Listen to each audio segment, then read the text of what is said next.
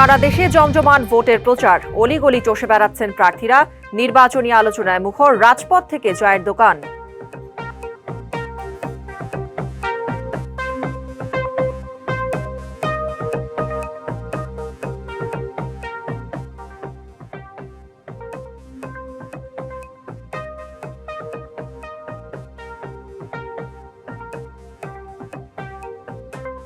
কিছুক্ষণ পর ফেনী যাচ্ছেন তারেক রহমান। নির্বাচনী সমাবেশে রাখবেন বক্তব্য, উচ্ছ্বসিত নেতাকর্মীদের ঢল।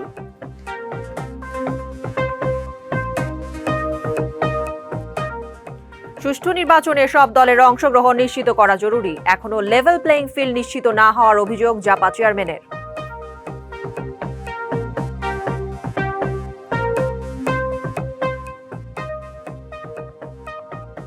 দেখছিলেন মার্কেন্টাইল ব্যাংক ডিবিসি সারা বাংলা সংবাদ শিরোনাম। এবার জানাবো খবরের বিস্তারিত। আপনাদের সাথে আছি আমি কাঞ্জুম গৌরী। ঠাকুরগাঁওয়ে নির্বাচনী জনসভায় বক্তব্য দিচ্ছেন বিএনপি মহাসচিব মির্জা ফখরুল ইসলাম আলমগীর। সরাসরি যুক্ত হচ্ছি তার বক্তব্যে। দেশে এসে তিনি কাজ শুরু করেছেন। ইতিমধ্যেই তিনি বিভিন্ন জেলা সফর করছেন, বিভাগগুলোতে যাচ্ছেন ও দেশের মানুষ তাকে সাগ্রহে গ্রহণ করছেন। আমরা বিএনপির পক্ষ থেকে এই ইলেকশনে আমরা কতগুলো অঙ্গীকার করেছি, আমাদের নেতা তারেক রহমান সাহেব কতগুলো কমিটমেন্ট করেছেন। তার মধ্যে তিনি বলছেন আমাদের সরকার যদি আমরা গঠন করতে পারি আপনাদের সমর্থন নিয়ে, তাহলে আমরা দেশে কিছু আমূল পরিবর্তন নিয়ে আসতে চাই। সেই পরিবর্তন হচ্ছে যে আমরা মহিলাদেরকে প্রথমেই তাদেরকে আমরা শক্তিশালী করতে চাই, ক্ষমতাবান করতে চাই। সেটা কি, যে তারা একটা ফ্যামিলি কার্ড না হলে প্রত্যেক মহিলাকে তাদের বাড়ির প্রধানকে তিনি এই ফ্যামিলি কার্ডটা নিয়ে তিনি সস্তায় ন্যায্য মূল্যে চাল, ডাল, তেল, লবণ কিনতে পারবেন এবং একই সঙ্গে স্বাস্থ্য সেবার সুযোগ দিতে পারবেন, বাচ্চাদেরকে স্কুলে পড়ার ব্যবস্থা করতে পারবেন।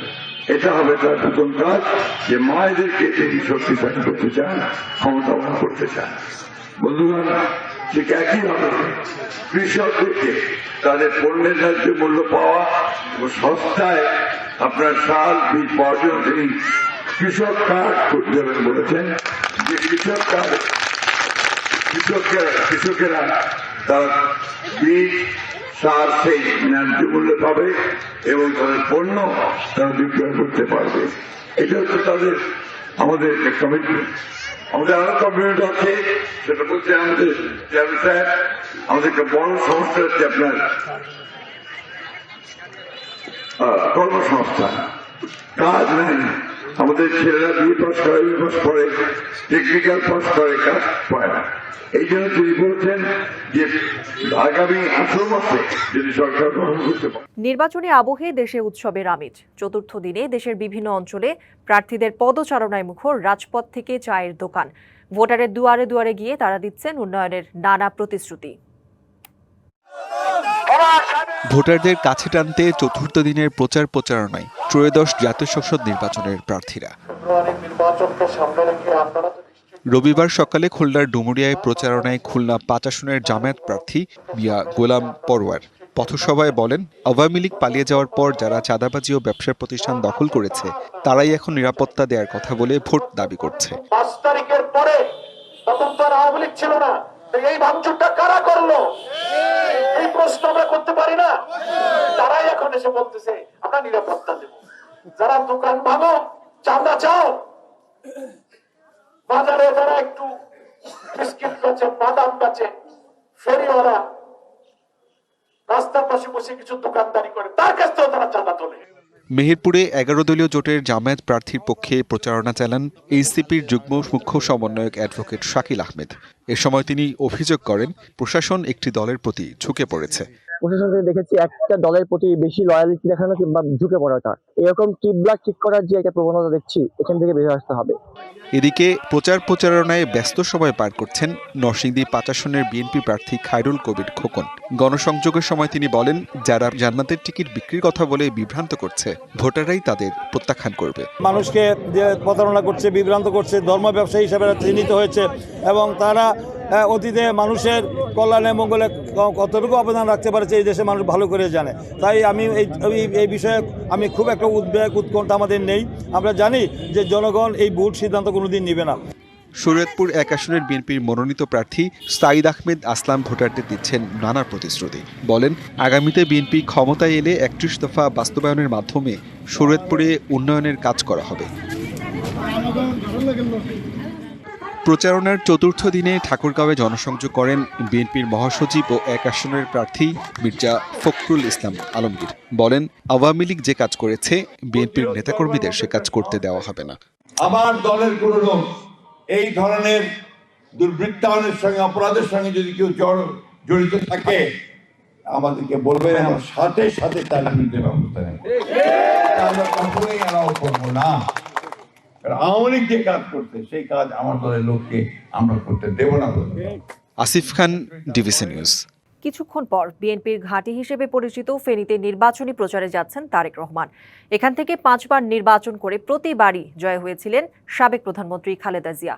ফেনী সরকারি পাইলট স্কুল মাঠে পৌঁছে গেছেন বিএনপি নেতাকর্মীরা। ভোর থেকেই তারা নেতার বক্তব্য শুনতে সমাবেশস্থলে যেতে শুরু করেছেন। তাদের হাতে ও মাথায় দেশ এবং দলীয় প্রতীকের পতাকা। নানা স্লোগানে মুখর হয়ে আছে পাইলট স্কুলের মাঠ। 2 যুগ পর দলের চেয়ারম্যানের ফেনী আগমন ও মহাসমাবেশকে ঘিরে নেতাকর্মীদের মধ্যে উচ্ছ্বাস। মহাসমাবেশের আশপাশ ছেয়ে গেছে ব্যানার ফেস্টুনে। এছাড়া সমাবেশস্থল ও আশপাশের এলাকায় বিপুল পরিমাণ আইনশৃঙ্খলা রক্ষাকারী বাহিনীর সদস্য মোতায়েন রয়েছে। বিকেলে মহাসমাবেশে যোগ দেবেন তারেক রহমান। আওয়ামী লীগের একটি বিরাট অংশকে ভোটের বাইরে রেখে নির্বাচন গ্রহণযোগ্য হবে না। সুষ্ঠু নির্বাচনের ক্ষেত্রে সব দলের অংশগ্রহণ নিশ্চিত করা জরুরি বলে মনে করেন জাতীয় পার্টির চেয়ারম্যান জি.এম. কাদের। দুপুরে রংপুরের নিজের বাসায় গণমাধ্যমের কাছে এমন মন্তব্য করেন তিনি। অভিযোগ করেন, সরকার একটি বিশেষ দলকে নির্বাচনের সুযোগ সুবিধা দিতে কাজ করায় এখনো পর্যন্ত লেভেল প্লেইং ফিল্ড নিশ্চিত হয়নি। জাতীয় পার্টির প্রার্থীদের ভোটের মাঠে নানাভাবে হুমকি দিলেও কমিশন নির্বিকার ভূমিকা পালন করছে। একটি পক্ষ হ্যাঁ ভোট দেওয়ার জন্য জনগণকে চাপ সৃষ্টি করা হচ্ছে। হ্যাঁ ভোট পাশ করলে সংসদ সার্বভৌম ও স্বাধীন থাকবে না বলেও দাবি তার। এছাড়াও এবারের নির্বাচনে জাতীয় পার্টির পক্ষে মানুষের অভূতপূর্ব সাড়া মিলেছে মনে করেন জি.এম. কাদের। আওয়ামী লীগ ভোটে না থাকার মানে এটা সার্বাঙ্গিকভাবে অন্তর্ভুক্তিমূলক নির্বাচন হলো না, অবাধ নির্বাচন হলো না, এটা একতরফা নির্বাচন হলো। আওয়ামী লীগের ভোট সবসময়, আওয়ামী লীগ এবং বিএনপি দুটো মিলে 80%-এর বেশি ভোট এ পর্যন্ত সবসময় পেয়েছে। কাজে এর মধ্যে বাদ দিয়ে এবং আরও যে কয়েকটা দলকে বাদ দিয়েছে, আমার ধারণা শতকরা 50% লোককে বাদ দিয়ে এই নির্বাচন হচ্ছে। বরগুনা জেলা প্রশাসক ও রিটার্নিং অফিসারের কক্ষে ঢুকে সেলাই রেঞ্জ দিয়ে হামলার অভিযোগ উঠেছে ইব্রাহিম নামে এক যুবকের বিরুদ্ধে। এতে ডিসির সিএ জহিরুল ইসলাম আহত হয়েছেন। হামলাকারী যুবককে আটক করে পুলিশে সোপর্দ করা হয়েছে। বরগুনা জেলা প্রশাসকের কার্যালয় থেকে জানানো হয়, সকালে সরকারি কাজে বাইরে যান বরগুনা জেলা প্রশাসক তাসলিমা আক্তার। এ সময় তার কক্ষটি ফাঁকা ছিল। হঠাৎ একটি সেলাই রেঞ্জ নিয়ে প্রবেশ করেন ইব্রাহিম। ডিসির সিএ জহিরুল ইসলাম তাকে বাধা দিলে ক্ষিপ্ত হয়ে তাকে আঘাত করেন ইব্রাহিম। পরে অফিসের অন্য কর্মীরা ইব্রাহিমকে আটক করেন। জহিরুলকে প্রাথমিক চিকিৎসা দেওয়া হয়েছে। এ বিষয়ে বরগুনার অতিরিক্ত জেলা প্রশাসক অনিমেষ বিশ্বাস জানান, হামলাকারীকে পুলিশে সোপর্দ করা হয়েছে। মামলা দায়েরের প্রক্রিয়া চলছে। স্যারের রুমে গিয়ে দেখলাম যে একজন ব্যক্তি ওখানে আছেন, সাথে একজন একটা সেলাই রেঞ্জ ছিল, প্যান্টের ভিতরে ছিল সেলাই রেঞ্জটা। পরে ওখান থেকে নিলাম আমি। নেওয়ার পরে যখন গেট থেকে স্যারের রুম থেকে বের হয়েছি, পরে ওইটা উনি আমার হাত থেকে নিয়ে নিল। তো সেলাই রেঞ্জ দিয়ে আমার উপরে 3-4টা বাড়ি দিচ্ছে, 2টা বাড়ি আমার হাতে লাগছে। আনুমানিক 10:30টার সময় একজন ব্যক্তি, আনুমানিক বয়স 30-35 হবে, সে ডিসি স্যারের রুমে হঠাৎ প্রবেশ করে। তার আসার উদ্দেশ্য কি, এটা এখন বিষয়টি এখন তদন্তাধীন আছে। আমরা তাকে পুলিশে সোপর্দ করেছি এবং আইনগত ব্যবস্থা, মামলা দায়েরের প্রক্রিয়া চলমান। মাঘের মাঝামাঝি শীতের তীব্রতা কিছুটা কমলেও ভোগান্তিতে প্রত্যন্ত এলাকার মানুষ। চুয়াডাঙ্গায় গত 2 দিন তাপমাত্রা কমলেও আজ আবারও কিছুটা বেড়েছে। সকাল থেকে সূর্যের দেখা মিললেও উত্তরের হিম বাতাসের কারণে শীতের তীব্রতা বেশি অনুভূত হচ্ছে। রবিবার জেলায় সর্বনিম্ন তাপমাত্রা রেকর্ড করা হয় 11.3 ডিগ্রি সেলসিয়াস। পঞ্চগড়, ঠাকুরগাঁও সহ প্রত্যন্ত এলাকায় শীতে বেশি ভোগান্তিতে পড়েছেন দিনমজুর, খেটে খাওয়া মানুষ, শিশু ও বয়স্করা। চিকিৎসকরা শীতজনিত রোগ থেকে বাঁচতে প্রয়োজনীয় সতর্কতা অবলম্বনের পরামর্শ দিয়েছেন। রাত থেকে ভোর পর্যন্ত ঘন কুয়াশার চাদরে ঢাকা পড়ছে দক্ষিণ উত্তরাঞ্চলের বেশিরভাগ এলাকার পথঘাট। তবে বেলা বাড়ার সাথে দেখা মিলছে সূর্যের। দুপুরে তাপমাত্রা স্বাভাবিক থাকলেও সকাল ও রাতের হিমেল বাতাসে কাবু সাধারণ মানুষ। ব্যাহত হচ্ছে কৃষিকাজ ও স্বাভাবিক জীবনযাত্রা। ইউজিসির শর্ত উপেক্ষা করে একক ক্ষমতা বলে 7টি গুরুত্বপূর্ণ পদে 26 কর্মকর্তা কর্মচারীর নিয়োগ দিতে মরিয়া বেগম রোকেয়া বিশ্ববিদ্যালয়ের উপাচার্য। এমন অভিযোগ তুলে বিশ্ববিদ্যালয়ের মূল ফটকে সংবাদ সম্মেলন করেছেন শিবির সমর্থিত শিক্ষার্থীরা। দুপুরে সংবাদ সম্মেলনে শিক্ষার্থীরা অভিযোগ করেন, গেল 13ই জানুয়ারি গণমাধ্যমে নিয়োগ বিজ্ঞপ্তি প্রকাশ করে বিশ্ববিদ্যালয় প্রশাসন। এতে আগে অবৈধ প্রক্রিয়ায় পদোন্নতি পাওয়া অনেক কর্মকর্তায় তালিকায় রয়েছেন। চলমান তদন্ত শেষ না করে উপাচার্য অনৈতিকভাবে নতুন নিয়োগের চেষ্টা চালাচ্ছেন। আগের নিয়োগের তদন্ত না করে আর কোনো নিয়োগ না করার দাবি শিক্ষার্থীদের। এদিকে ভিসির বিরুদ্ধে অপপ্রচার করা হচ্ছে অভিযোগ তুলে পাল্টা সংবাদ সম্মেলন করেন ছাত্রদল সমর্থিত শিক্ষার্থীরা। বেরোবির রেজিস্ট্রারের কারণে একদল শিক্ষার্থী ক্যাম্পাসকে অস্থিতিশীল করতে এমন পরিস্থিতি সৃষ্টি করছে অভিযোগ তাদের। শরীয়তপুরে আওয়ামী লীগ থেকে বিএনপিতে যোগ দেওয়ার ঘটনাকে কেন্দ্র করে ইউপি চেয়ারম্যান ও সমর্থকদের বাড়িতে হামলা, ভাঙচুর, অগ্নিসংযোগ ও লুটপাটের অভিযোগ উঠেছে বিএনপির একটি পক্ষের বিরুদ্ধে। তবে তারা অভিযোগ অস্বীকার করেছে। ষোলপাড়া ইউনিয়ন পরিষদের চেয়ারম্যান আব্দুল মান্নান খান ভাসানী সদর উপজেলার আওয়ামী লীগের সদস্য ছিলেন। তিনি 17ই জানুয়ারি 5 শতাধিক সমর্থক নিয়ে বিএনপিতে যোগদান করেন। তাদের যোগ দেয়া নিয়ে জেলা বিএনপির সমবায় বিষয়ক সম্পাদক অ্যাডভোকেট হেলাল আকন্দের অনুসারী বিএনপি কর্মী হানিফ ব্যাপারীর সঙ্গে দ্বন্দ্ব সৃষ্টি হয়। 7 দিনের মাথায় চেয়ারম্যান ও তার সমর্থকদের বাড়ি ঘরে হামলার অভিযোগ উঠে এই বিএনপি নেতার সমর্থকদের বিরুদ্ধে। ঘটনাস্থল পরিদর্শন করেন শরীয়তপুর 1-এর বিএনপি প্রার্থী সাইদ আহমেদ আসলাম ও জেলা বিএনপির সাধারণ সম্পাদক। হামলার ঘটনাকে দুঃখজনক উল্লেখ করে দোষীদের আইনের আওতায় আনার দাবি জানান তারা। কারা ঘটনাটি ঘটিয়েছে এবং এর পেছনের কারণ জানতে তদন্তের কথা জানিয়েছে পুলিশ। চাকরি প্রার্থী গ্রাজুয়েটদের কর্মসংস্থানের সুযোগ সৃষ্টি করতে বাগেরহাটে institute of marine technology IMT এর উদ্যোগে চাকরি মেলার আয়োজন করা হয়েছে। দুপুরে বাগেরহাট IMT মাঠে দিনব্যাপী আয়োজিত এই চাকরি মেলায় বিভিন্ন সরকারি বেসরকারি প্রতিষ্ঠানের প্রতিনিধিরা অংশ নিয়ে চাকরি প্রার্থীদের কাছ থেকে সরাসরি জীবন বৃত্তান্ত গ্রহণ করেন। পাশাপাশি চাকরির সুযোগ, ক্যারিয়ার গাইডলাইন ও কর্মজীবন উন্নয়ন বিষয়ে দিক নির্দেশনা দেন। চাকরি মেলায় IMTর শিক্ষক, কর্মকর্তা, কর্মচারী ও চাকরি প্রার্থী গ্রাজুয়েটরা উপস্থিত ছিলেন। দেশের মানুষ পরিবর্তন চায়, তাই বিএনপির সরকার গঠন করলে মানুষের নিরাপত্তা নিশ্চিত আর দুর্নীতির টুটি চেপে ধরা হবে, এমনটা বলেছেন দলটির চেয়ারম্যান তারেক রহমান। দুপুরে চট্টগ্রামের পলো গ্রাউন্ডে লাখো মানুষের উপস্থিতিতে নির্বাচনী জনসভায় এসব কথা বলেন তিনি। বলেন, শুধু সমালোচনায় দেশ চলবে না, মানুষের ভাগ্য পরিবর্তনের জন্য কাজ করতে হবে। দেশজুড়ে নির্বাচনী হাওয়ার গতিময়তা যেন বড় আকারে ধরা দিয়েছে চট্টগ্রামের এই পোলো গ্রাউন্ড মাঠে বিএনপির নির্বাচনী সমাবেশে। বিপুল সমাগম, স্লোগান, মিছিল আর পদচারণায় এক পর্যায়ে জনসমুদ্রে পরিণত হয় পুরো এলাকা। চট্টগ্রামের দীর্ঘ 2 দশক পরে বিএনপি চেয়ারম্যান তারেক রহমানের আগমন। তিনি মঞ্চে আসার সাথে সাথে উচ্ছ্বাসে ফেটে পড়েন লাখো নেতাকর্মী। তারেক রহমানের আগমন বাংলাদেশের প্রাণ। ধানের শীষে ভোট দিয়ে স্বাধীনতা সার্বভৌমত্ব রক্ষার আহ্বান জানান বিএনপি নেতারা। এই পতাকাকে সমুন্নত রাখতে হবে। আমাদের স্বাধীনতা সার্বভৌমত্বের প্রতীক, গণতন্ত্রের রক্ষা কবচ। এদেশের মানুষের নেতা জনাব তারেক রহমান সেই পতাকা পেয়েছেন বাংলাদেশের জনগণের মাধ্যমে। এই অর্থনীতির সুফল বাংলাদেশের মানুষের প্রতিটি ঘরে ঘরে পৌঁছে যাবে ইনশাল্লাহ আগামীতে। যুবক, তরুণ, কৃষক, শ্রমিক, পেশাজীবী, মহিলা, পুরুষ, সর্বস্তরের মানুষের কাছে গণতন্ত্রের স্বাদ যেভাবে পৌঁছে দেবে বিএনপি। রাজনৈতিক সমালোচনায় ব্যস্ত থাকলে জনগণের কোনো উপকার হবে না বলে মন্তব্য করেন বিএনপি চেয়ারম্যান। জানান, তার দল ক্ষমতায় গেলে দুর্নীতির টুটি চেপে ধরবে। এই দেশের জনগণ, এই দেশের মানুষ যদি বিএনপির পাশে থাকে, ইনশাআল্লাহ আগামী দিনে আমরা একইভাবে কঠোর হস্তে দেশের আইন শৃঙ্খলাকে নিয়ন্ত্রণ করব। দুর্নীতি যে কোনো মূল্যে আগামী বিএনপি সরকার দুর্নীতির টুটি চেপে ধরবে। এই দুটি হচ্ছে আমাদের কমিটমেন্ট এই দেশের মানুষের কাছে। জনগণের নিরাপত্তাকে সর্বোচ্চ গুরুত্ব দেওয়ার প্রয়াসও ব্যক্ত করেন তারেক রহমান। আপনারা যদি বিএনপির পাশে থাকেন, আপনারা যদি বিএনপিকে সমর্থন দেন, 12 তারিখের নির্বাচনে আপনারা যদি বিএনপিকে ধানের শীষে জয়যুক্ত করেন, তাহলেই একমাত্র আমরা এই পরিবর্তনগুলো করতে পারবো। শিক্ষা, স্বাস্থ্য, কর্মসংস্থান সহ বিভিন্ন পরিকল্পনার পাশাপাশি চট্টগ্রামকে পূর্ণাঙ্গ বাণিজ্যিক রাজধানী করার প্রসঙ্গও তোলেন বিএনপি চেয়ারম্যান। সমগ্র চট্টগ্রাম সহ সারা দেশে বহু মানুষের কর্মসংস্থান হবে, সারা দেশে ব্যবসা বাণিজ্য অনেক চাঙ্গা হবে, যাতে করে মানুষের কর্মসংস্থান হবে, মানুষ চাকরি ব্যবসা বাণিজ্য করে খেতে পারবে। কি সেটি? বাণিজ্যিক রাজধানী। ধানের শীষের উপর আস্থা রাখার আহ্বান জানিয়ে সকল ষড়যন্ত্র প্রতিহতে সবাইকে সতর্ক থাকার কথাও বলেন তিনি।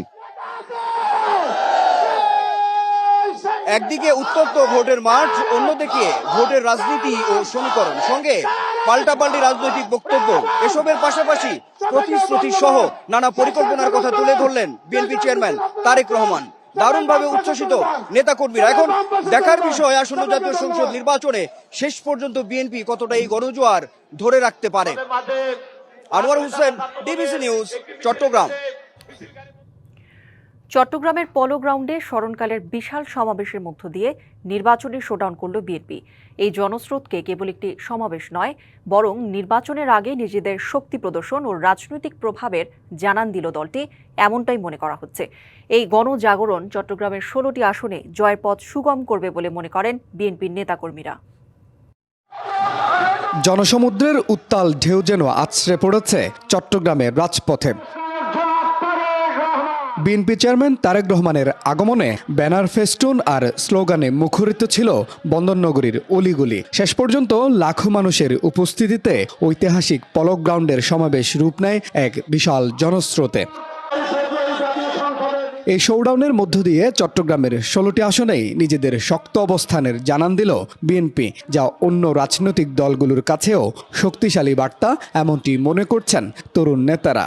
মহাসমাবেশের রূপান্তরিত হলো, এটা অন্যান্য রাজনৈতিক দলের জন্য বিরাট একটা বার্তা হিসেবে পৌঁছে গেছে মনে করি আমরা। সমাবেশের মাধ্যমে আমরা জানান দিচ্ছি আগামীর এই চট্টগ্রামে 16টি আসন তারেক জিয়াকে উপহার দিতে পারবো। সমাবেশের অন্যতম লক্ষ্য ছিল ভোটের মাঠে নিজেদের অবস্থান জানান দেয়া ও তৃণমূলের কর্মীদের উজ্জীবিত করা। প্রার্থী ও তাদের সমর্থকরাও এই জমায়েতকে দেখছেন জয়ের পদধ্বনি হিসেবে। যারা চট্টগ্রামের বিএনপিকে নিয়ে কথা বলে, তাদের জন্য একটা বার্তা চলে গেছে, বিএনপি বিপুল ভোটে ক্ষমতায় আসবে ইনশাল্লাহ। মানুষের যে সাধারণ উপস্থিতি, ইনশাল্লাহ এটা প্রতিটি পাড়ায় পাড়ায়, মহল্লায় মহল্লায় ধানের শীষের বিজয়কে আরো সুনিশ্চিত করবে। জাতীয় নির্বাচন ঘিরে এখন থেকে এভাবেই উজ্জীবিত থাকতে চায় বিএনপি। আগামী যে সংসদ নির্বাচন অনুষ্ঠিত হতে যাচ্ছে, এটার একটা বিশাল একটা প্রভাব এই নির্বাচনে পড়বে বলে আমি মনে করি। বিএনপিকে ভোট দেওয়ার জন্য দলমত নির্বিশেষে অধীর আগ্রহে অপেক্ষা করছে। নির্বাচনী লড়ে বিএনপি যে পূর্ণ শক্তিতে নামার প্রস্তুতি নিচ্ছে বন্দরনগরীর রাজপথ তারই সাক্ষী হয়ে রইল। Mujibul Haque, DBC news, Chittagong. দোষারোপের রাজনীতি থেকে বেরিয়ে আসতে তরুণদের পরামর্শ চেয়েছেন বিএনপি চেয়ারম্যান তারেক রহমান। চট্টগ্রামে ইউথ পলিসি টক অনুষ্ঠানে এমন পরামর্শ চান তিনি। বলেন, ক্ষমতায় গেলে শিক্ষার্থীদের জন্য ক্ষুদ্র ঋণের ব্যবস্থা করবে বিএনপি, দেশের বাইরে পাঠানো হবে প্রশিক্ষিতদের। একটু বৃষ্টি হলে শুধু চট্টগ্রাম শহর নয়, বিভিন্ন জায়গায় পানি জমে যায়, ঢাকা শহরে পানি জমে যায়। পানিগুলো তো কোনো জায়গায় যেতে হবে। এই জলাবদ্ধতাকে কাটানোর জন্য আমাদের একটা কাজ করতে হবে, সেটা হচ্ছে যে খাল খনন। আমরা বছরে প্রায় 20 থেকে 25 কোটি গাছ লাগানোর পরিকল্পনা করেছি। 5 বছরে আমরা 50 কোটি গাছ লাগানোর পরিকল্পনা। প্রাইভেট বিশ্ববিদ্যালয়ের স্টুডেন্ট হন অথবা আপনি সরকারি বিশ্ববিদ্যালয়ের স্টুডেন্ট হন না কেন, আজ লং ইউর স্টুডেন্ট, যেই সুবিধাটা সরকার ক্রিয়েট করতে চাচ্ছে সেটা সবার জন্যই অ্যাপ্লিকেবল হবে। নির্বাচনের হাওয়ায় উত্তাল দেশ, সেই দোলায় এবার আলোচনায় চট্টগ্রামের ফটিকছড়ি আসনে সর্বকনিষ্ঠ সংসদ সদস্য পদপ্রার্থী রবিউল হাসান তানজিম। গণ অধিকার পরিষদের এই তরুণ প্রার্থী ট্রাক প্রতীক নিয়ে নেমেছেন ভোটযুদ্ধে। ফ্যাসিবাদ বিরোধী আন্দোলনের অভিজ্ঞতাকে পুঁজি করে আধুনিক ফটিকছড়ি গড়ার স্বপ্ন দেখাচ্ছেন তিনি। নির্বাচনে হাওয়া বইছে পাহাড় বেষ্টিত ফটিকছড়িতে। চায়ের টেবিল থেকে শুরু করে হাটবাজার সবখানেই আলোচনার বিষয় একজন তরুণকে নিয়ে। রবিউল হাসান তানজিমের দাবি তিনি দেশের সর্বকনিষ্ঠ সংসদ সদস্য পদপ্রার্থী। 21 বছর বয়সী এই তরুণ ফটিকছড়িতে গণ অধিকার পরিষদের ট্রাক প্রতীক নিয়ে ভোটের মাঠের প্রধান আকর্ষণ। রাজনীতিতে নতুন হলেও লড়াইয়ে তিনি বেশ পুরনো। কয়েক বছরের ফেসিবাদ বিরোধী রাজপথের আন্দোলনে সক্রিয় ভূমিকা রবিউলকে সাধারণ মানুষের কাছে পরিচিত করে তুলেছে। অন্যায়ের বিরুদ্ধে তার আপোষহীন অবস্থানই তাকে ভোটের মাঠে অন্য প্রার্থীদের চেয়ে এগিয়ে রাখবে বলে মনে করেন রবিউল। বিএনপি থাকুক, জামাত থাকুক, যত প্রার্থী থাকুক, আমি কনফিডেন্ট যে দেশের সর্বকনিষ্ঠ প্রার্থী হিসেবে, একজন তরুণ হিসেবে, এনার্জেটিক লিডার হিসেবে ফটিকছড়ির মানুষ আমাকেই বিবেচনা করবে। ফটিকছড়িকে নিয়ে তার স্বপ্নগুলোও আধুনিক। নির্বাচিত হলে এই জনপদকে একটি স্মার্ট, তারুণ্য নির্ভর এবং পরিকল্পিত নগরী হিসেবে গড়ে তোলার অঙ্গীকার তার। বিশেষ করে বেকারত্ব দূরীকরণ এবং আধুনিক শিক্ষা ও স্বাস্থ্যসেবা নিশ্চিত করতে তিনি বদ্ধপরিকর। তরুণদের জন্য প্রত্যেকটা ইউনিয়নে আইটি সেন্টার করা, তাদেরকে দক্ষ জনশক্তিতে পরিণত করা, বৈদেশিক মুদ্রা অর্জনের পথ সুগম করা, বিশেষ করে ইউনিয়ন পর্যায়ে একদম রুট লেভেল থেকে সুশাসন প্রতিষ্ঠা, ন্যায় বিচার প্রতিষ্ঠা, ইনসাফের বাংলাদেশ বিনির্মাণের জন্য আমি আমার কাজ করবে যাব। চট্টগ্রাম সরকারি কলেজের ইংরেজি সাহিত্যের স্নাতক তানজিম হতে পারেন ফটিকছড়িতে ভোটের মাঠের অন্যতম ফ্যাক্টর, বলছে গণ অধিকার পরিষদ। তার একটা অলরেডি পরিচিতি আছে এবং আমাদের নেতাকর্মীরা তার পয়গাম নিয়ে সব জায়গায় যাচ্ছে, যেহেতু উনি সর্বকনিষ্ঠ লিডার। তরুণের একটা পরিবর্তন চাই, মানুষ তো এখন পরিবর্তন চায়, পরিবর্তন হিসেবে তরুণদেরকে বেছে নেবে, এটা আমরা বিশ্বাস করি। পেশিশক্তি আর অর্থের ঝনঝনানির বিপরীতে এক তরুণের এই স্বপ্নযাত্রা ফটিকছড়ির নির্বাচনী সমীকরণে নতুন মাত্রা যোগ করেছে। দেখার বিষয় আগামী নির্বাচনে ভোটাররা এই তরুণ নেতৃত্বের উপর কতটা আস্থা রাখেন। Mujibul Haque, DVC news, Chittagong. অবশেষে সি ট্রাক চালুর মধ্য দিয়ে দ্বীপ উপজেলা কুতুবদিয়ায় সূচিত হল আধুনিক যোগাযোগ ব্যবস্থার। এতে দ্বীপবাসীর যোগাযোগের পাশাপাশি পর্যটন সহ অর্থনৈতিক বিকাশে গতি সঞ্চার হবে, এমনটাই আশাবাদ সবার। বঙ্গোপসাগরের বুকে দ্বীপ উপজেলা কুতুবদিয়া ঘনবসতিপূর্ণ 216 বর্গ কিলোমিটার আয়তনের দ্বীপটিতে অধিবাসী 2 লাখের বেশি। এ দ্বীপে যাতায়াতের একমাত্র মাধ্যম ছিল কাঠের নৌকা, ট্রলার, ড্যানিশ বোট ও স্পিড বোট। কুতুবদিয়ার বড়ঘোপ ও দরবার ঘাটের সাথে যোগাযোগের পথ পেকুয়ার মগনামা ঘাট। 5 কিলোমিটার বঙ্গোপসাগরের কুতুবদিয়া চ্যানেলের উত্তাল সাগরপথ পাড়ি দিয়ে প্রতিদিন যাতায়াত করে হাজারো দ্বীপবাসীর পাশাপাশি সরকারি বেসরকারি দপ্তরের কর্মকর্তা, কর্মচারী ও পর্যটক। কিন্তু সাগর উত্তাল হলে বেকায়দায় পড়েন তারা। বর্ষা মৌসুমে যাত্রাপথ হয়ে ওঠে ঝুঁকিপূর্ণ। সি ট্রাক চলাচলে উচ্ছ্বসিত দ্বীপের বাসিন্দারা, তবে ফেরি চালুর দাবিও করেন তারা। এতে যাতায়াতের যে সুবিধা হবে তার জন্য এই সরকারকে অসংখ্য ধন্যবাদ। আজকে থেকে দুঃখ কষ্টটা লাঘব হবে। সি ট্রাক উদ্বোধনের পর পেকুয়ার মগনামা ঘাট থেকে কুতুবদিয়া যান নৌ পরিবহন উপদেষ্টা। শিগগিরই মগনামা ঘাট থেকে কুতুবদিয়ায় ফেরি চালুর ব্যবস্থা নেওয়া হচ্ছে জানিয়ে ঘাট নিয়ে রাজনীতি না করার হুঁশিয়ারি দেন তিনি। উদ্বোধন না করলে এটা আরো পিছিয়ে যাবে। এটা চলবে, এটা হয়তো মার্চ এপ্রিল পর্যন্ত চলবে। তারপরে তো আপনার জানেন ঝড় ঝঞ্ঝাট শুরু হবে, তখন ওই সময় আশা করি তার আগেই ওই ফেরিটা আমি পেয়ে যাব। এদিকে সি ট্রাক চালুর মধ্য দিয়ে দ্বীপবাসী নিরাপদ যোগাযোগ ব্যবস্থা গড়ে ওঠার পাশাপাশি পর্যটন সহ অর্থনৈতিক গতি সঞ্চারের আশা করা হচ্ছে। ফেরি সার্ভিসটা যদি এখানে চালু করা হয় তাহলে আমাদের উৎপাদিত কৃষকদের উৎপাদিত লবণ সরাসরি আপনার বিভিন্ন মিলে চলে যাবে। 200 যাত্রী ধারণ ক্ষমতার সি ট্রাকটি মগনামা ঘাট থেকে প্রতিদিন সকাল 9টা, দুপুর 2টা, সন্ধ্যা 7টায় কুতুবদিয়ার উদ্দেশ্যে ছেড়ে যাবে। আর কুতুবদিয়া থেকে পেকুয়ার মগনামা ঘাটের উদ্দেশ্যে ছাড়বে প্রতিদিন সকাল 7:30টা, বেলা 12টা এবং বিকেল 5টায়। জনপ্রতি ভাড়া নির্ধারণ করা হয়েছে 30 টাকা। DBC news desk. চট্টগ্রামের সীতাকুণ্ডে 2 কৃষকের 20% জমিতে প্রথমবারের মতো জিরার সফল চাষ হয়েছে। জিরার গাছে ফুটেছে পর্যাপ্ত ফুল, আগামী কয়েকদিনের মধ্যে ফলন আসবে। রান্নার অন্যতম মশলা জিরা সবচেয়ে বেশি উৎপাদিত হয় ভারত, তুরস্ক, সিরিয়া, ইরান ও আফগানিস্তানে। দেশে জিরার বার্ষিক চাহিদা প্রায় 27 থেকে 28 হাজার মেট্রিক টন, যার অধিকাংশই আমদানি করতে হয় ভারত থেকে। 2023 সালে বাংলাদেশ প্রায় $88 মিলিয়ন সমমূল্যের জিরা আমদানি করেছে।